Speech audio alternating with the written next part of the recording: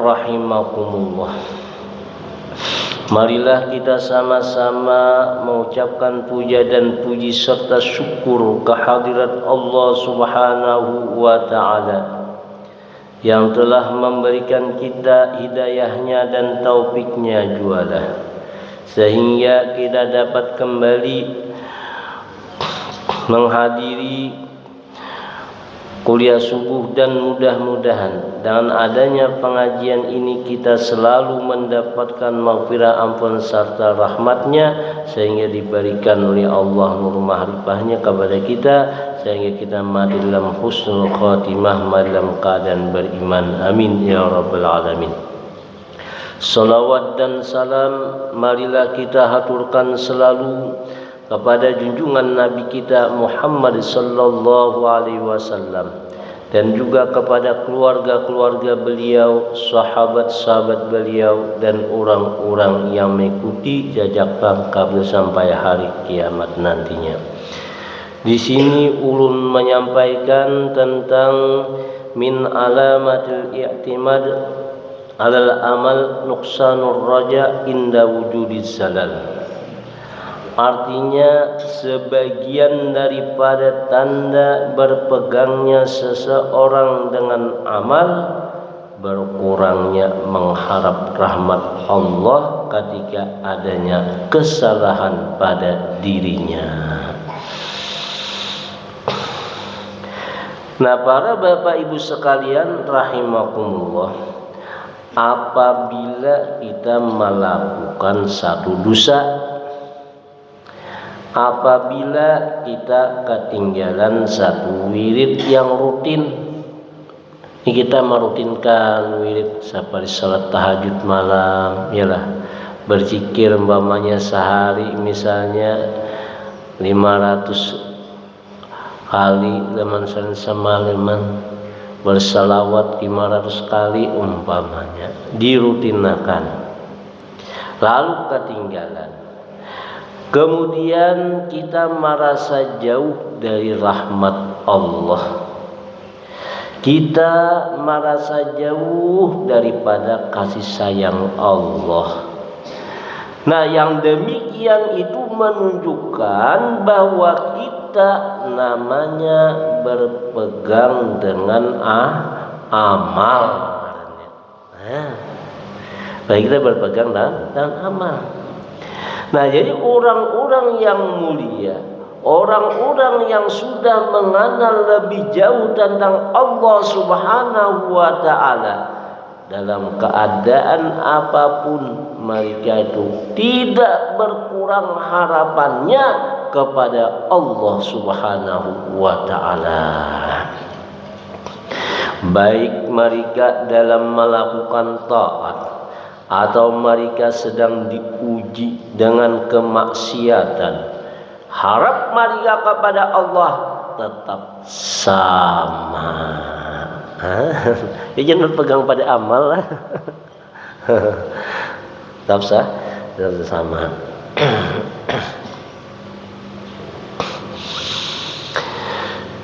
Kenapa sebabnya? Karena mereka tidak berpegang kepada amal saja. Nah, mereka itu berpegang kepada rahmat Allah, berpegang kepada anugerah Allah Subhanahu wa ta'ala. Nah, itu jadi orang-orang arif billah itu ya ada berpegang pada amal lain, ya benar-benar, nah itu mengharapkan rahmat Allah, ini dapat beramal itu merupakan adalah anugerah Allah. Nah,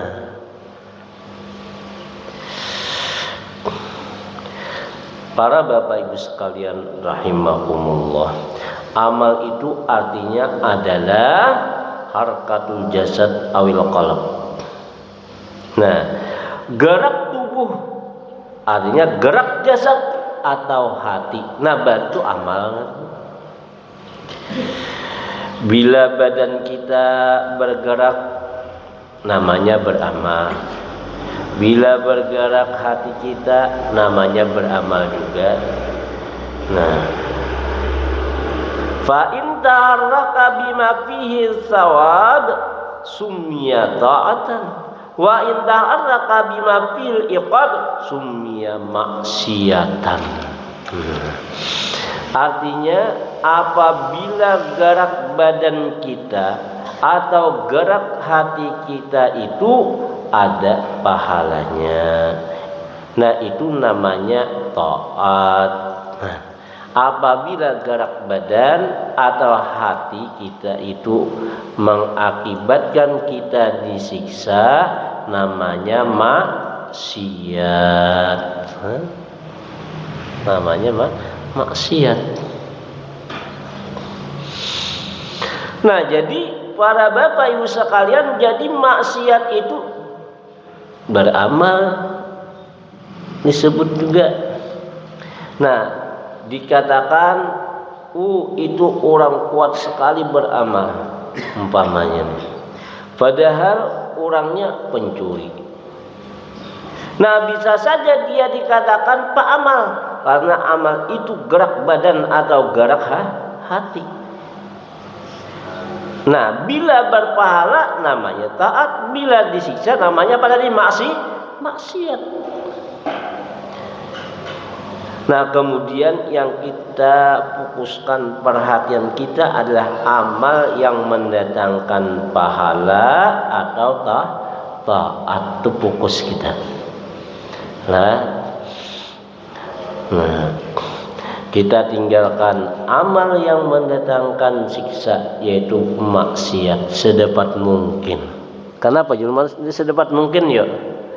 Nah, karena kita banyak penghalangan, rintangan, ini was-wasnya banyak, ya lah.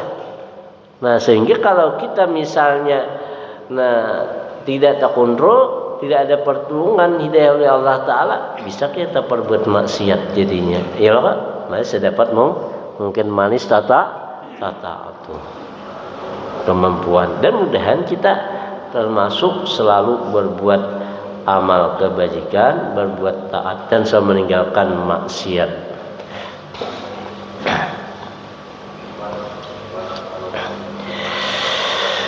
Para bapak ibu sekalian rahimakumullah,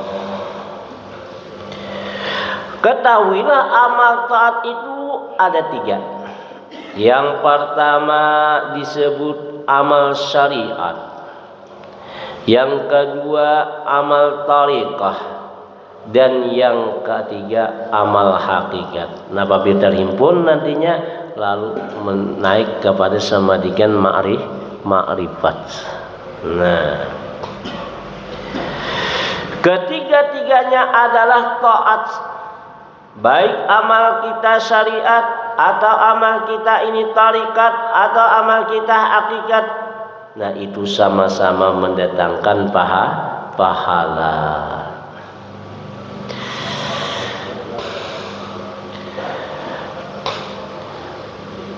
Nah, lalu amal syariat untuk apa? Nah, amal syariat itu untuk apa? Para ulama tasawuf mengatakan amal syariat itu gunanya li islahil jawarih, untuk membaguskan anggota tubuh kita. Anggota tubuh kita, mata, talinga, mulut, ya mulut perkataan lah, dan seterusnya. Nah, maka membaguskan mata, membaguskan telinga, membaguskan mulut, membaguskan tangan, membaguskan kaki, nah itu disebut amal syariat ngarannya. Nah, mata umpamanya supaya bagus, nah maka hendaklah kita memandang kepada yang diridai oleh Allah. Nah, jangan kita memandang yang diharamkan Allah. Nah, kita misalnya membaguskan mulut, nah maka hendaklah kita berkata-kata dengan yang baik. Jangan berkata-kata yang dilarang Allah Ta'ala. Nah, bagaimana kain kita yang baik, yang bagus? Nah, hendaklah kita melangkah kepada kebaikan-kebaikan. Jangan melangkah kepada jalan yang dilarang Allah Ta'ala. Bagaimana kita tangan yang bagus? Nah, janganlah kita menjamah atau menyentuh yang dilarang Allah. Nah, hendaklah selalu kebaikan. Nah, begitu juga semua membaguskan anggota-anggota tubuh kita ini. Nah, itu adalah urusan amal syariat.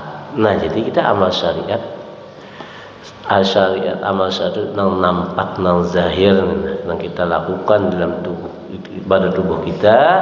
Nah, itu disebut dengan amal syariat. Para bapak ibu sekalian rahimakumullah. Lalu kita membicarakan amal tarekah. Wa amalu tarekah li islahil qulub. Sedangkan amal tarekah itu gunanya untuk membaguskan hati. Nah, membaguskan hati. Bagaimana hati supaya tidak sombong? Bagaimana hati kita supaya tidak riya? Bagaimana hati kita supaya tidak dengki? Nah, dan seterusnya. Nah, penyakit-penyakit hati ini. Nah, itu adalah merupakan urusan amal tarekah yang membaguskan. Jadi amal tarekah itu untuk membaguskan hati. Nah, jadi oleh karena hati ini penting kita bersihkan lebih dahulu. Nah, dari hati inilah sehingga amal tubuh kita akan melakukan apa nang ujar hati. Nah,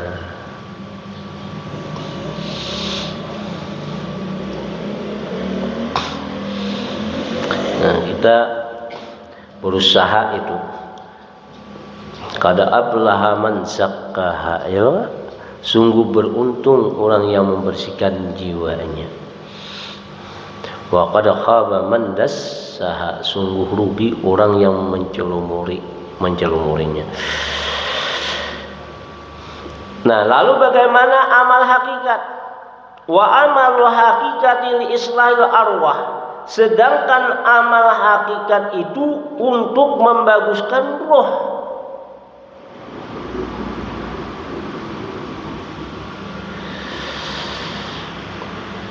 Nah, ya kan kita semalam pelajaran kita apa? Nah, tubuh, iyalah, tahu jasad, hati, roh, kemudian sir. Nah, itu.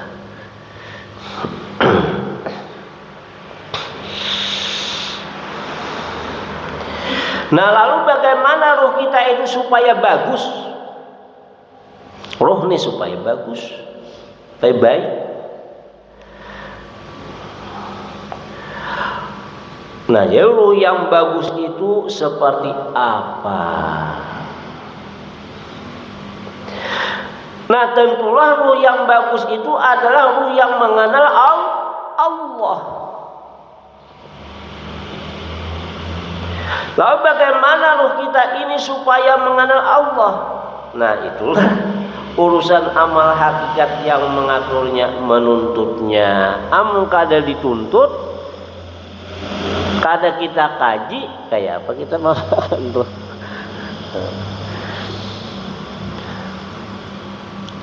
Nah, ini nangka 3 macam ini hendaklah ada makanannya juga. Makanannya, nah, syariat, zikir la ilaha illallah kita selalu. Nah, kemudian hati kita Allah Allah, roh kita apa? Nah,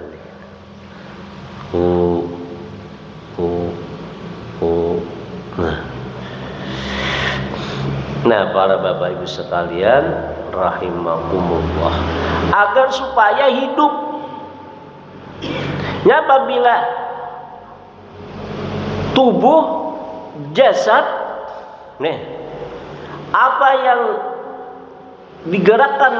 bergeraknya jasad dan tubuh ini pulih karena hatinya, ya Pak? Nah, hatinya lah. Nah, begitu juga hati ini tidak bisa napa-napa kecuali dengan gerakannya ruh. Nah, maksudnya lenyapkan daripada tubuh, hilang nih pandangan situ sudah, lalu hati lagi. Nah, hati pulang hilangkan, kada hati lagi kita, lalu kepada ruh. Nah, itulah tingkatannya. Nah, para bapak ibu sekalian rahimakumullah, mari kita merenung. Begitu kita la ilaha illallah Muhammadur Rasulullah, renungkan, pikirkan kalimat tersebut dan hurufnya berapa? Ayo kita hitung. Berapa? La ilaha illallah Muhammadur Rasulullah. Berapa hurufnya? Berapa? 24 huruf. Hitung ha. Tuh tadi kita pandang la ilaha illallah Muhammadur Rasul itu dipindok atau dilewang.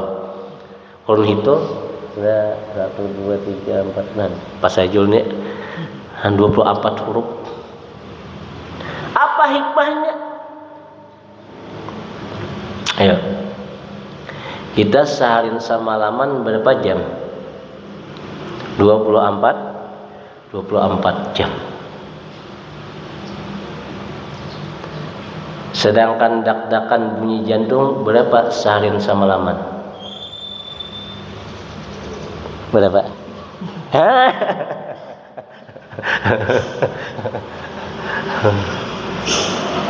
240.000. Biar ada percaya, hitung hamun kawa. Tak.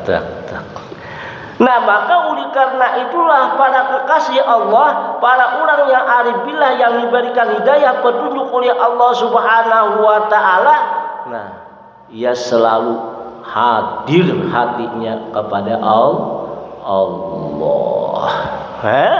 Ayo tingkatkan tuh. Jasadnya la ilaha illallah, mulutnya, hatinya Allah Allah. Tut. Nah, ya ruhnya soal. Nah, yang kemarin Allah. Ini ialah sebelah atas bawah nih. Nah, susuk dua jari.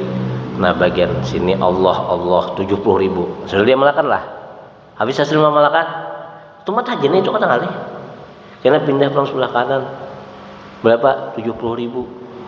Nah, kemudian di atas pulang 70.000, di atas ini pulang 70.000, hanya di tengah. Lihat 70.000. Sudah dia melakukan senang. Belum lagi, kapan lagi? Supaya kita benar-benar dak. Cuma nyatakan bila sudah kita yang demikian itu, jangan semata-mata kalimahnya aja Allah dipahami bujur-bujur.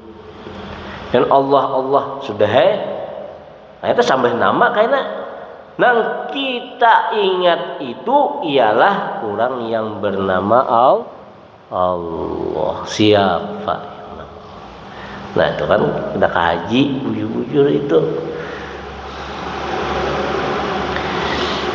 Nah, kehadirannya. Misalnya Allah itu berapa huruf? 4. Alif lam lam Allah. Coba kita merenung. Nah, lihat. Nah, pancakan kan, sebenarnya pancakan. Coba pancak pian. Ayo bang pancak kayak ulun nih, apa pian? Pandang. Nah, lihat alif lam lam ha berarti. Nah, jadi kita bisa lihat sudah ingat lawan Tuhan. Kapalakan, genggam. Nah, ini alif lam lam Allah. Kita tunjuk, lihat. Ini nama berdiri. Alif, garisnya lam, ha. Berarti Allah. Mati tarikat samaniyah itu ya macam ini. Inilah duduknya. Nah, karena apa? Disuruh memandang ini supaya mari kita ada lepas daripada jasad kita ini nama lapas Allah dan Muhammad dan Ahmad. Tahu kita ingat. Nah, jadi apabila orang yang sudah diberi oleh Tuhan lika, ya kata berkalimah lagi. Ya kata lagi kita bepada apa makrifat kata lagi.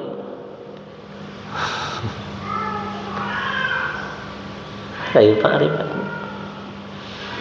Amun masihnya makrifat, nah berarti masih tadinding. Ya diam aja lagi. Asir rahasia. Ya, itulah. Kita banyak yang merenung. Duduk kita santai aja. Banyak yang kita renung di diri kita aja, kalau kita pelandak diri kita. Nah, coba lapak tangan lah. Ya Pak, lapak tangan. Ampun pian adalah bergaris ini lah. Nah, berapa angka Arab? 18, 8, 81. Nah, matlah. Amun pian samalah. Sama kada? Sama. Nah, 18 tahun 81 tambah 18 berapa? 99. Iya, Asmaul Husna. Nah, ya Allah sampai sabur ingat akan ini. Nah, kalau kita renungkan pula 81 kurang 18 berapa? 63. Usia Nabi berapa? 63. Nah, hal ada hikmahnya tuh. Kita merenung. Aduh, teman lo. Nah, artinya kalau orang yang sudah arif bila tercangang-cangang aja lagi. Nah, karena apa? Nah, karena itu tadi, karena sudah liqa lawan Tuhan. Nah, kita orang awam ini, kita hendaklah berusaha agar supaya benar-benar kita juga liqa bertemu dengan Allah. Masuk bertemu kada kayak ini pang, kada, ya loh kan? Nah, para bapak ibu sekalian, rahimakumullah.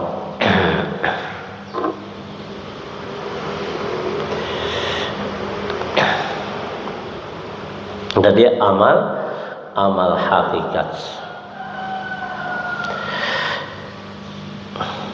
Nah, jadi ada 3 amal yang mesti kita laksanakan. Pertama, amal syariat agar zahir tubuh kita ini bagus. Yang kedua, amal tarikah. Nah, itu kemudian dilaksanakan supaya hati kita bagus. Dan yang ketiga, amal hakikat, kita lakukan agar roh kita ini bagus. Nah, lalu amal syariat fungsinya untuk apa? Nah, ialah untuk membaguskan anggota tubuh. Nah, apa inti dari amal syariat itu? Amal syariat itu sangat banyak, tetapi kembali kepada 3 pokok. Nah, 3 pokok inilah yang disebut dengan amal syariat. Nang mana? Pertama, tobat dahulu. Yang kedua, takwa. Yang ketiga, istiqamah. Nah, kita tobat. Orang yang awal suluk kepada Allah untuk berjalan menuju kehadrat Allah, nah ialah dengan fungsi jasad dahulu tobat. Padahal gambaran Islami Rasul kan kalau misalnya Isra artinya berjalan. Mi'raj naik. Nah, jadi jasad ini kita berjalan ya mujahadah. Ya loh Kak. Nah, sedangkan hakikatnya ialah ruh lalu naik. Karena kita jasad lawan roh. Matinya kita awal yang mutamad tentang bahwasanya Rasulullah bertemu dengan Allah jasad dengan roh. Ada yang mengatakan rohnya aja. Kadang-kadang kawa jasad. Ayo aja yang dipermasalahkan itu. Iyalah.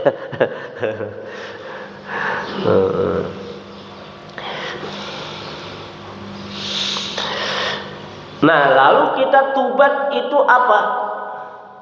Tubat artinya membersihkan diri dari yang kotor-kotor. Membersihkan diri daripada maksiat-maksiat. Tahu aja sudah kita. Banyak para khutbah, para penceramah mengatakan maksiat zahir, maksiat batin ilmu. Nah, kita nang kotor-kotor itu kita bersihkan. Cuma ya, kalau yang zahir, pakaian pamannya, iyalah. Kalau yang kotor, cepatnya membersihkan. Tapi kalau hati kotor, kata perhatiakan, naudzubillahi min dzalik. Hati lebih daripada itu yang kita bersihkan.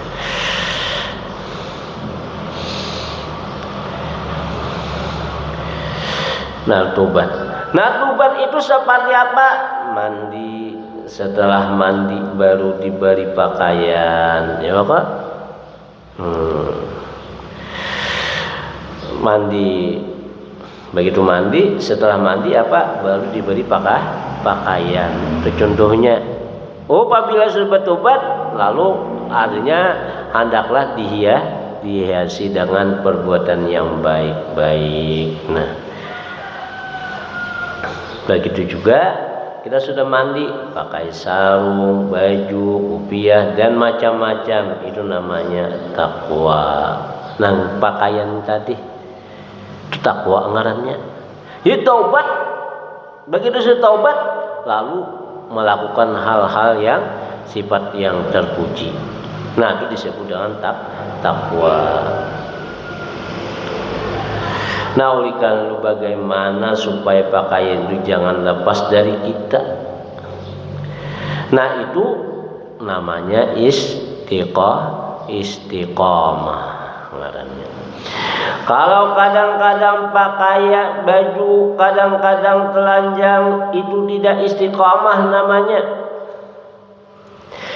Istiqamah itu selalu berpakaian, artinya selalu menjunjung perintah Allah, menjauhi yang dilarang Allah dalam keadaan apapun. Itu namanya istiqamah. Kalau misalnya kadang-kadang sholat tahajud, ini besoknya parah, atau seminggu sekali, iyalah. Nah, melaksanakannya kada tiap malam rutin tuh kan kada istiqamah. Nah ya, makanya kalau istiqamah inilah termasuk anugerah Allah yang dilebihkan kepada seseorang. Ini karamat. Dibandingkan nih orang istiqamah, lalu dinampakkan Allah Ta'ala seseorang nih wali Allah bisa tarabang misalnya, umpamanya dilebihkan Tuhan. Kalau orang tadi kata kelihatan kata dan kelebihan yang menyalahi adatnya itu, namun ini istiqamah melakukan hal ibadah taat kepada Allah, bermakrifat kepada Allah. Nah, ini paling tinggi. Nah, karamah isi Allah Ta'ala istiqamah.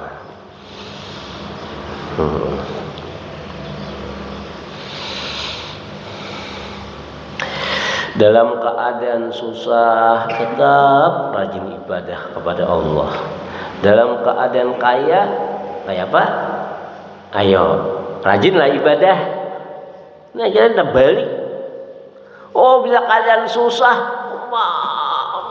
sembahyang duha, malam waqiah kada ketinggalan.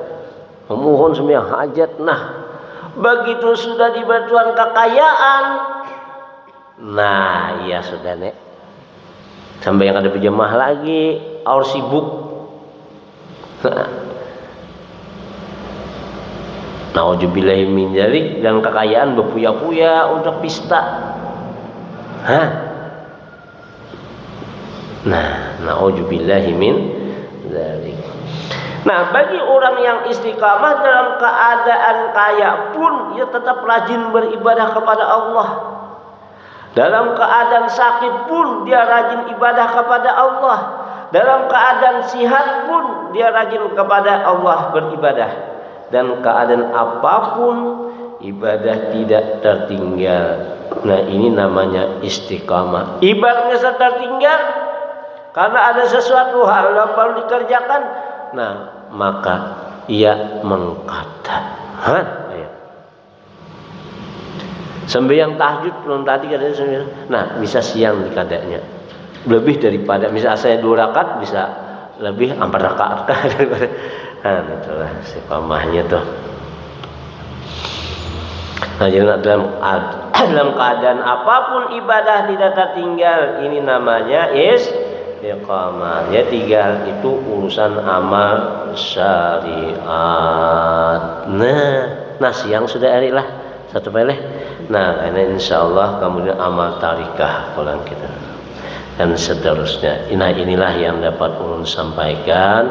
Mudah-mudahan Allah selalu memberikan hidayah petunjuk kepada kita semuanya, dan mudah-mudahan Allah memberikan nur ma'rifahnya kepada kita sehingga kita di dunia ini tidak buta, artinya selalu ma'rifatnya diberikan kepada kita, dan mudah-mudahan kita dalam husnul khatimah dalam keadaan beriman. Amin ya rabbal alamin.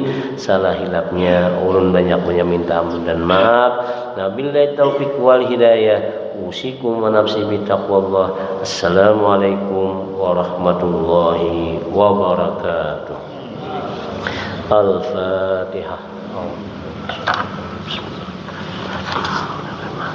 Iyyaka na'budu wa iyyaka nasta'in ihdinas mustaqim shiratal ladzina an'amta 'alaihim ghairil maghdubi 'alaihim waladdallin. Bismillahirrahmanirrahim. Alhamdulillahirabbil alamin wassalatu wassalamu ala sayyidina Muhammad wa ala ali sayyidina Muhammad. Ilahana anta maqsuduna wa ridha matlubuna, a'tina mahabbataka wa ma'rifataka ya Allah. Ilahana anta ya qulubana bi nuri ma'rifatika abadan abadan. Rabbi yassir wa la tu'assir, Rabbi zidna ilman warzuqna fahma. Allahumma iftah alaina futuhal arifin, Allahumma iftah alaina futuhal arifin, Allahumma iftah alaina arifin. Rabbana taqabbal minna innaka antas sami'ut tub alaina innaka tawwabur rahim. Wa sallallahu alaihi wasallam Muhammad wa ala alihi wasallam. Walhamdulillahi rabbil alamin.